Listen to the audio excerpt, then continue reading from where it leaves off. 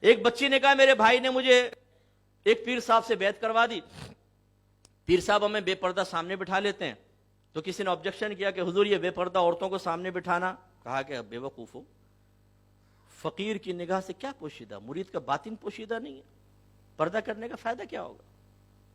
واہ، دیکھا آپ نے یہ لاجک کتنی زبردست پیش کی۔ اب اس سے کہا تو اپنی بہن کو لا کے کسی کے سامنے کھڑا کر دے، وہ بھی پہنچا ہوا ہے، پردے کا فائدہ کیا؟ اپنی بیوی کو سامنے لے کر آؤ۔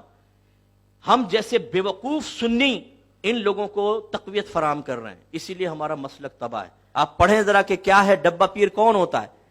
یہ جفی والی سرکار، چمی والی سرکار اور ڈنڈے والی سرکار، کتے والی، بلی والی، سگریٹ والی، الٹا لٹکنے والی سرکار، ماں بہن کی گالیاں دے رہے ہیں اور بنے ہوئے جی مرشد۔ ایسا کیسے مرشد ہو گیا ماں بہن کی گالی بکنے والا؟ پھر کہتے ہیں جی حالت جذب میں ہے۔ ارے بھائی حالت جذب میں ہے یہ کیا بات ہو گئی؟ گالی کا ہوش ہے، باقاعدہ علماء کو گالیاں بک رہے ہیں، دیگر لوگوں کو گالیاں بک رہے ہیں، یہ کون سی جذب کی کیفیت ہے؟ ایک پیر صاحب گالیاں بک رہے تھے میرے سامنے، بولے یار یہ کیا کر رہے ہیں؟ مرید کہتا ہے آپ کو نہیں پتا، یہ بڑی معرفت کی بات ہے۔ یعنی ماں بہن کی گالیوں کے اندر معرفت یہ مرید نے ڈھونڈ لی، اتنا پہنچا ہوا تھا نا، ہم جیسے کو تو پتہ ہی نہیں چلا کہ اس میں بھی کوئی معرفت ہوتی ہے۔ حرام ہے، یاد رکھیں گالیاں دینا حرام ہے۔ وہ پیر بیعت کے قابل نہیں ہے جو یہ خباثت کرے کہ وہ علماء کو گالیاں بکے اور منہ سے گندی گندی باتیں نکالے۔ اگر آپ یہ سمجھتے ہیں اس کے بعد روحانیت ہوگی تو آپ سب سے بڑے بے وقوف ہیں۔ روحانیت نبی کریم صلی اللہ علیہ وسلم کے طریقے پہ چلنے میں ہے، آپ کی سیرت اپنانے میں ہے، نہ کہ آپ کی سیرت کا خون کر کے وہ اللہ کی بارگاہ میں مقبول ہو سکتا ہے۔ غلط ہے یہ چیز۔ شریعت پر چلیں گے تو اللہ کی بارگاہ میں مقبولیت ہوگی۔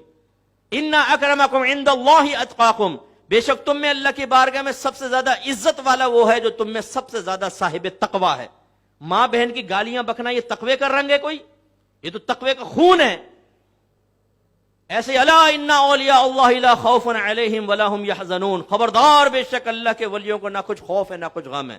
یہاں تک تو پیر سنا دیتا ہے، آگے بھی تو سنا ہے الذین آمنوا وکانوا یتقون، اللہ کے ولی وہ ہیں کہ جو ایمان والے ہیں اور صاحب تقوی ہیں۔